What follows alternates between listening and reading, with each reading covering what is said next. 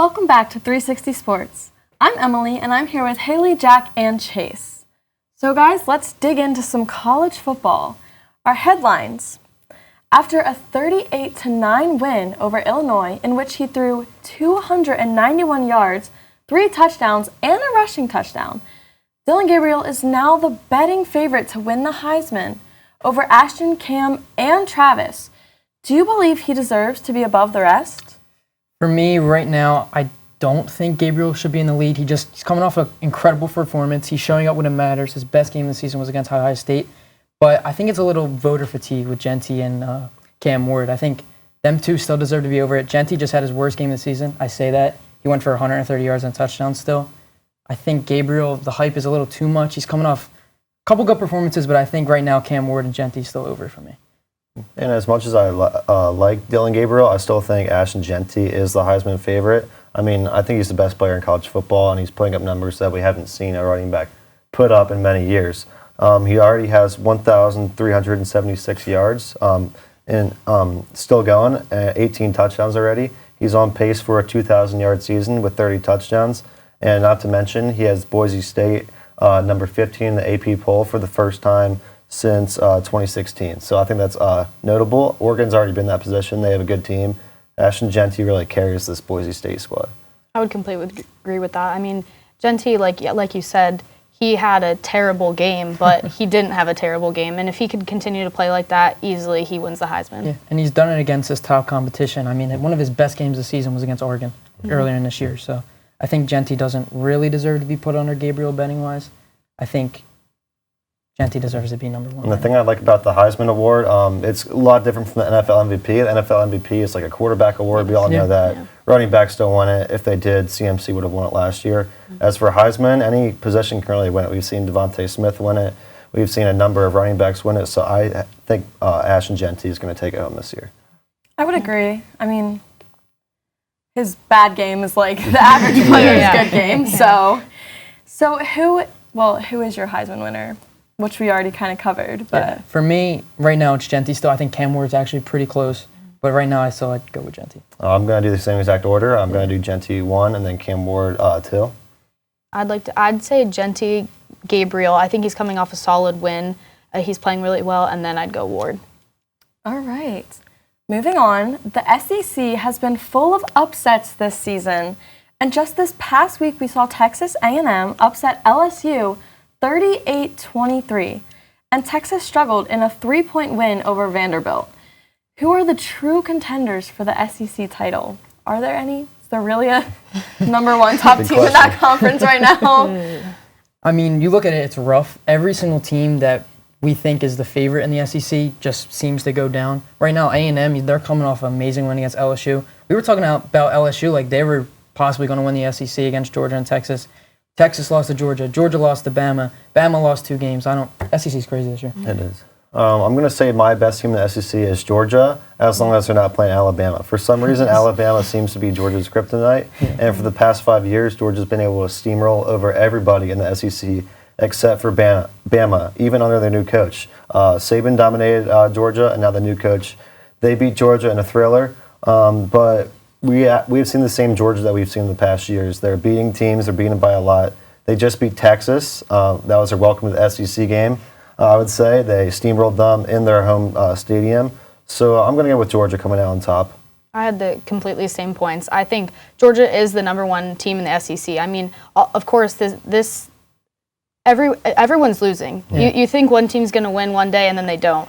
So, but I can't put the Bulldogs not at number one. I mean, yes, they lost to a very good Alabama team, but they also beat a very good Texas team. So, in terms of this, I'll talk about it later. I think Georgia's still going to go to the SEC title game. Yeah, I agree. I think Georgia is number one right now. I think it's 1A and 1B with Texas. Texas didn't really play up to it, and it was in UT, Austin. And I don't know about Texas this year. A&M's close. I mean, they're undefeated in SEC, and up to this point, that's really impressive. I mean, we see the SEC, every team's losing, but I think Georgia is. Yeah, I like what I've seen out of Texas A&M. I just don't think they're as good as Georgia, but they're definitely either second or third in the conference. Yeah. Has there been like an SEC title team that like has surprised you, and you've been like, wow, I really didn't expect that team to play like that, either good or bad?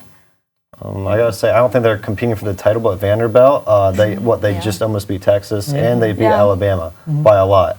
So that's the first time they've done that in a very long time. You can argue that's Alabama's new coaching, but it's an achievement to beat Alabama no matter how good or how bad you are. Yeah, for sure. I'd completely agree with the Vanderbilt call. I mean, Alabama maybe not be ranked as high as they have in previous years, but Alabama's still a very good team. You can never count them out. So Vanderbilt, like you said, beating Alabama, I'd say they're the surprise this year. How do we feel about the Big 12? Are there any surprises in there?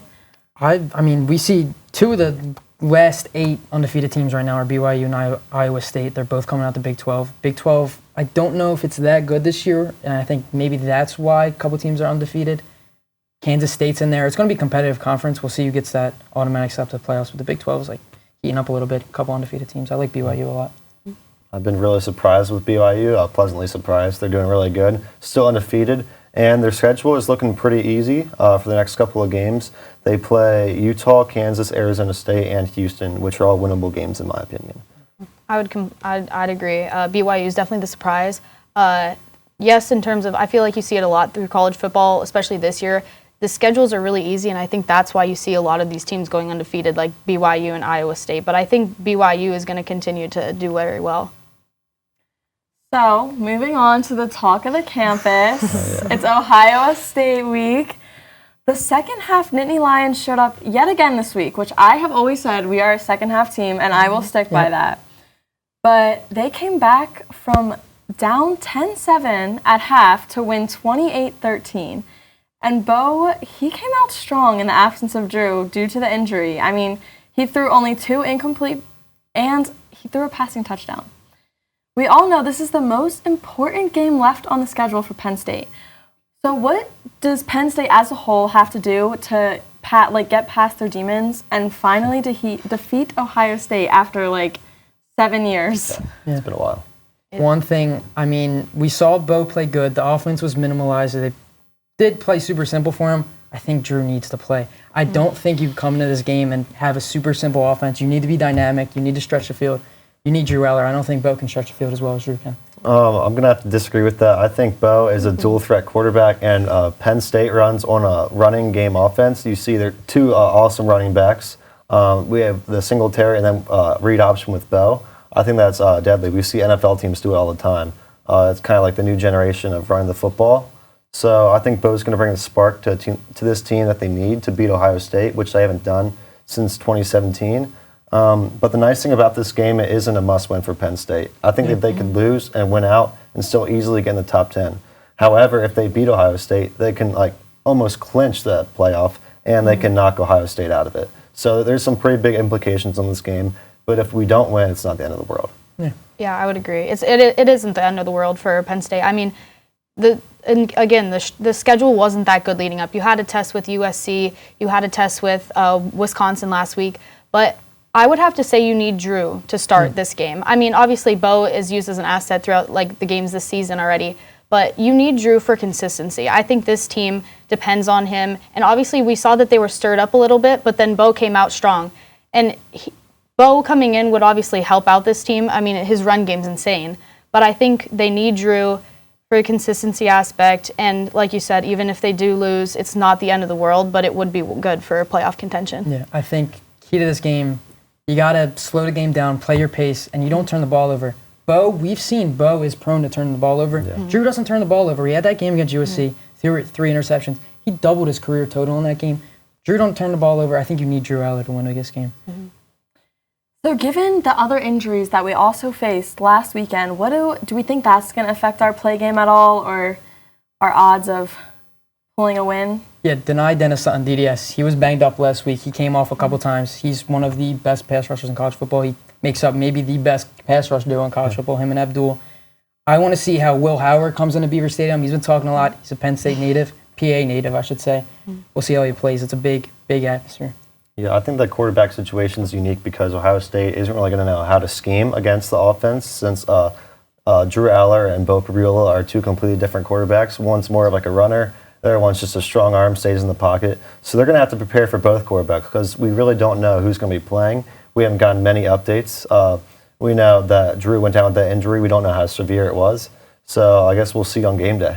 Yeah, I think that's going to be a game-time decision, and I think that's going to stir up Ohio State. I mean, that would be Penn State's key to winning this game, is to stir up Ohio State, and Penn State's defense needs to show up for first and second half. They need to play start to finish, or we're not going to win this game. We've seen so many times the second half, this defense turns it on, they allow 3 points, and we end up winning the game. If you go out shaky first half against Ohio State, you might not make it to the second half. This might not be a game going into the second half. I agree. This is one game where we can not rely on being a second half team.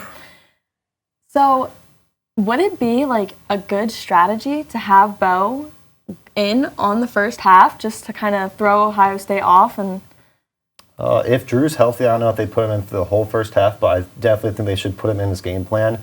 Put like more design plays in for Bo. We see him go in for the read option a lot.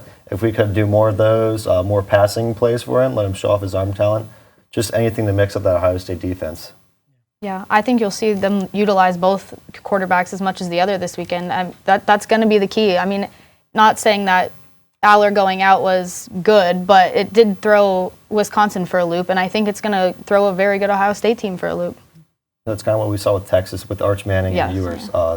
You have to scheme for 2 different quarterbacks. You don't know which one's going to be playing, if one's going to get hurt, and you have to be prepared for both of them. How do we think our defense is going to play against a very solid offensive team? These receivers are scary, man. This is probably the best receiver duo in the nation. J.J. Smith, Ibuka is going to be one of the best first receivers taken off the board. It's going to be hard for the secondary. They've struggled a little bit from times, but I think this pass rush is going to hold enough and get enough pressure where we won't have to worry about it too much. They didn't really throw the ball well last game against Nebraska, so. Well, I'm not going to say I don't think it's going to be a shootout, but it's definitely going to be one of the more higher scoring games that we've seen this season. Yeah, and like you said, they did struggle against Nebraska last week, and I think as long as our defense stirs them up, stay tight to the ball, we're going to be fine. We just have to play as well as we do in the second half, in the first half. I would agree. So moving on, we now have undefeated contenders or pretenders. As of this weekend, there are only 8 FBS teams left undefeated, some of which are surprising, like Indiana after they defeated Washington 31-17 this past weekend. Pick one surprise team to discuss that could stay undefeated and why they've been dominant so far. And then pick another team that you think won't be undefeated for long and discuss why. I could go first. I feel like Oregon's going to remain undefeated. I feel like it's really hard to say that they won't stay undefeated. Their only big test was Ohio State. Michigan might stir them up a little bit this upcoming weekend. They have Wisconsin on the road as well, but they're not games that they're going to struggle with. I mean, if they could beat Ohio State, they could beat potentially every team in the nation, and they're going to be going to the Big Ten championship. My undefeated team I wanted to highlight is BYU. They beat Kansas State. They crushed Kansas State. This is a good Kansas State team. Beat ranked SMU earlier in the year. I think they're perfectly in line to go the rest of the way, take it to that Big 12 title game. Only test is really Utah. We might see that Utah we saw at the beginning of the season. We haven't seen it for a while, so I don't think we'll see it. I think those Mormons are storming down there. Yeah, I put BYU as well.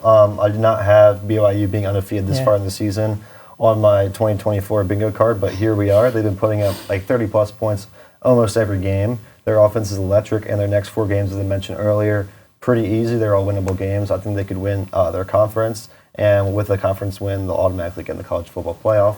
I don't know how long they'll last in the college football playoff, but they'll have an undefeated regular season.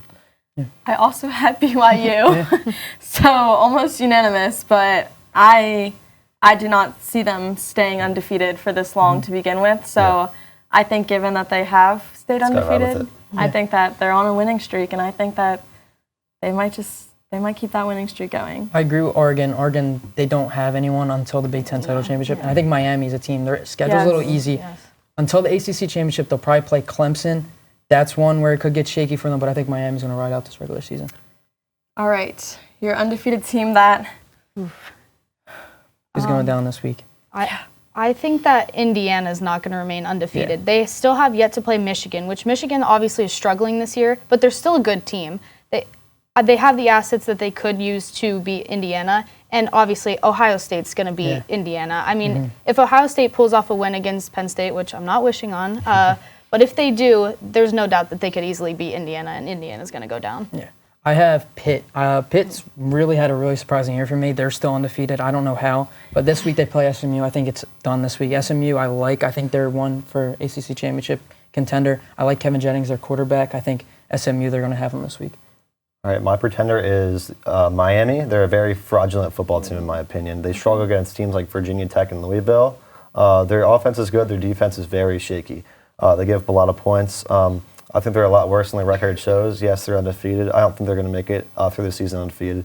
I think they have a chance to lose to Duke this upcoming week or Syracuse in the last week of the season. And I also don't think they're the best team in the ACC. I think Clemson has them beat for that too. I think Syracuse is a test for them, but we just saw Pitt dominate them. I think Miami's a much better team than Pitt. They have Cam Ward. They know how to get through football games. I think Miami. I'm going to disagree. I think Miami's getting through the season.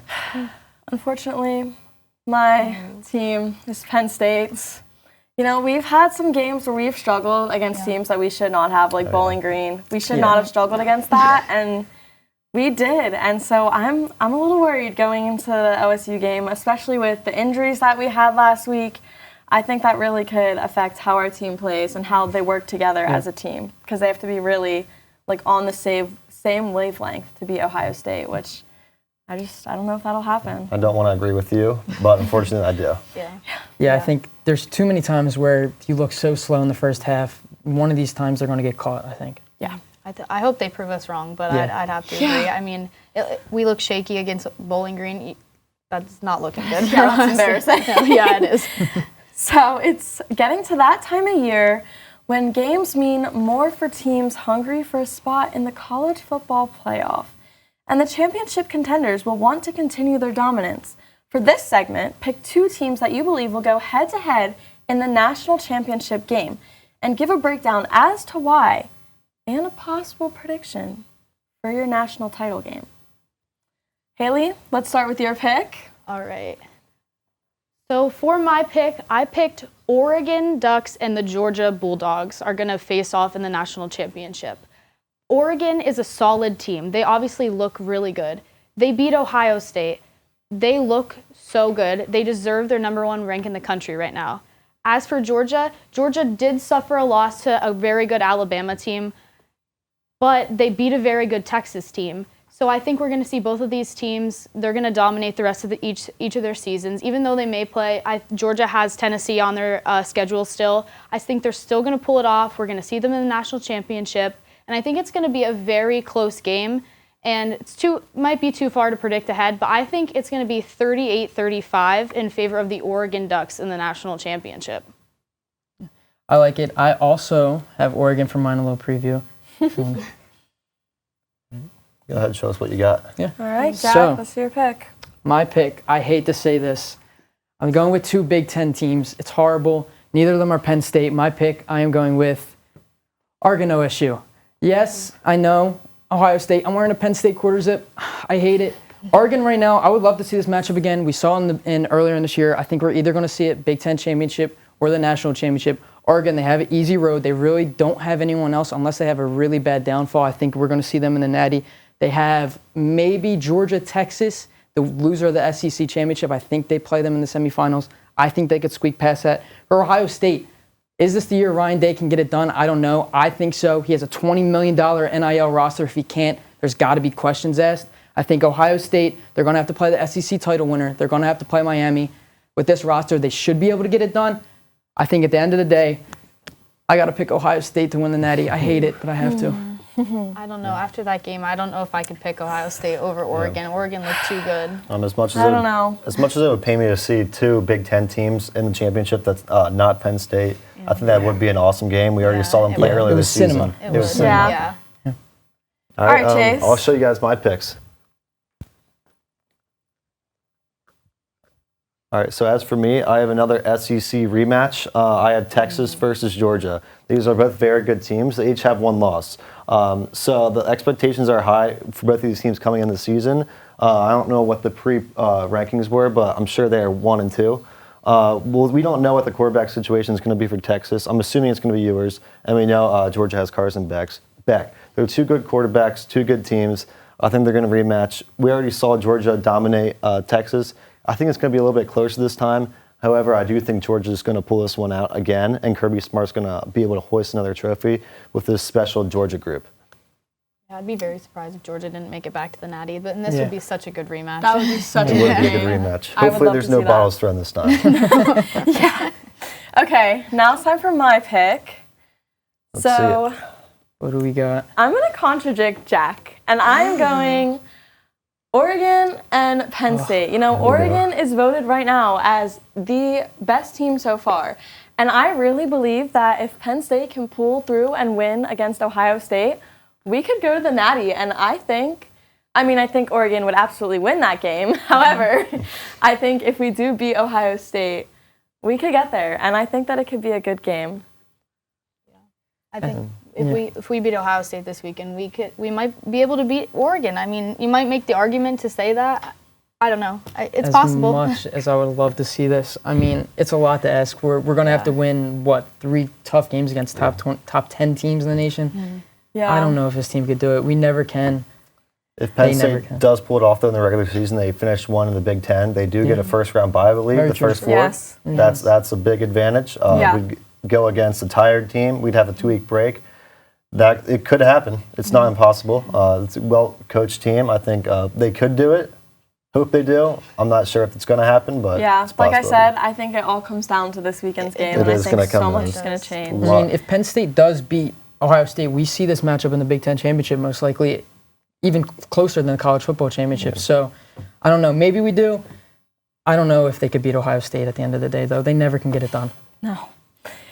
So let's switch it up to the big weekend slate, in what should be yet another big weekend for college football. There are plenty of games that should be super fun and some potential upsets. So I want to discuss our favorite game of the week and also pick a potential upset for the weekend. So for me, we talked about A&M a lot. They just came off this big win against LSU. They play South Carolina, so South Carolina just destroyed Oklahoma. They took Alabama to the test. They should have beat Alabama. I don't know what's going to happen in this SEC. We see every team lose. I think A&M could be going down this week. Yeah, I'm going to talk about a big matchup that I'm excited for. What I'm not excited for is the big noon kickoff, Ohio State versus Penn State. I don't know why they keep playing them on 12 o'clock. They know that Penn State fans are electric at night. I think they're against us. They're not. They never put us night against Penn State or Ohio State, but it's whatever. The crowd's still going to be electric despite it being 12 p.m. game. I think the backup from Central, if he plays, Bo, he could lead Penn State to victory. I also think Drew has the capability. It's going to be a good game. It's going to come to the wire. It's going to be decided in the fourth quarter. So I'm ready for that. They definitely screwed us over with making it at 12 o'clock. I think the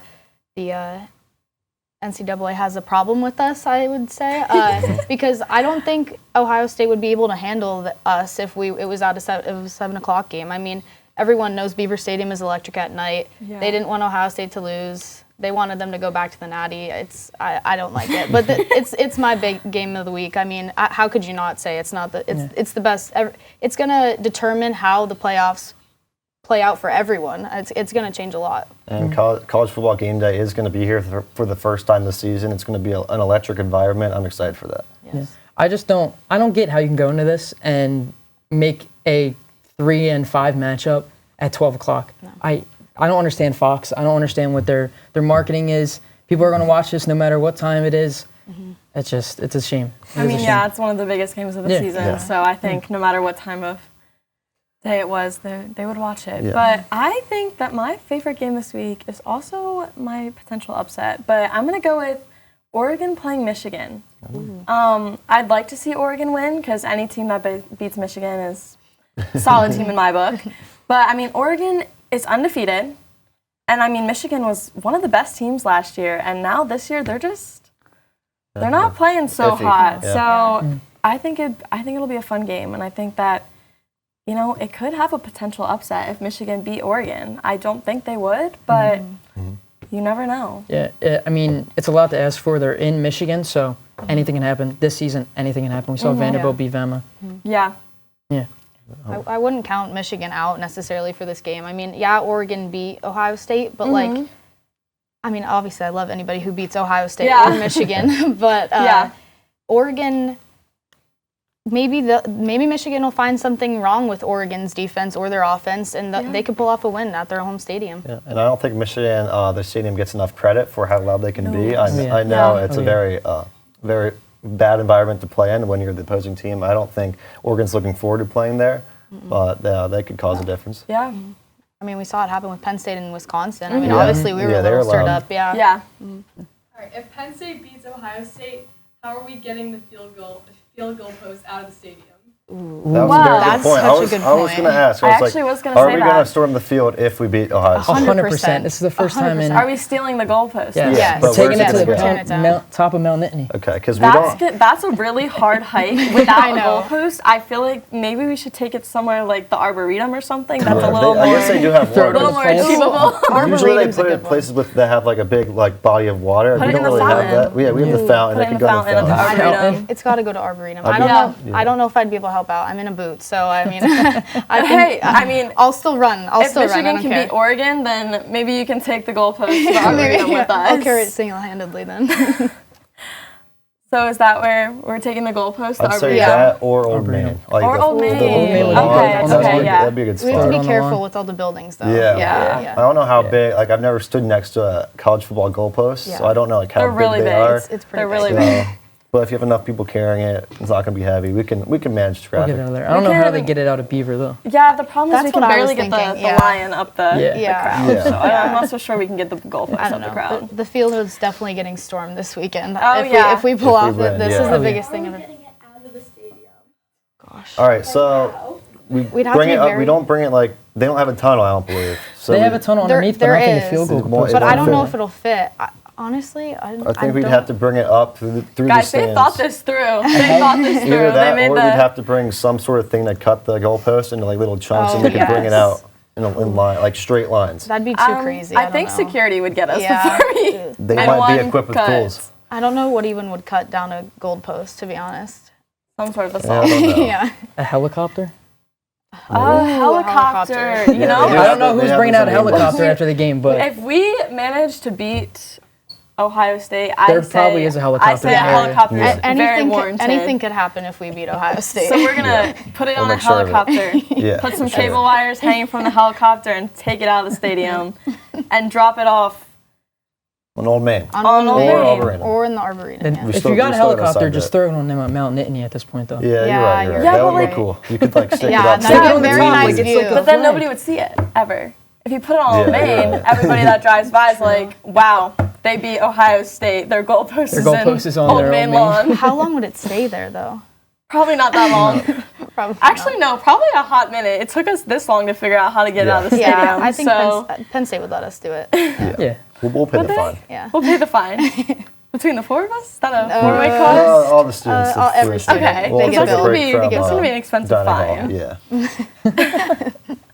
Well, that is all we have for tonight's show. Shout out for tomorrow's basketball show. Stay tuned. I'm going to be watching it. You guys should watch it. Thanks for joining us.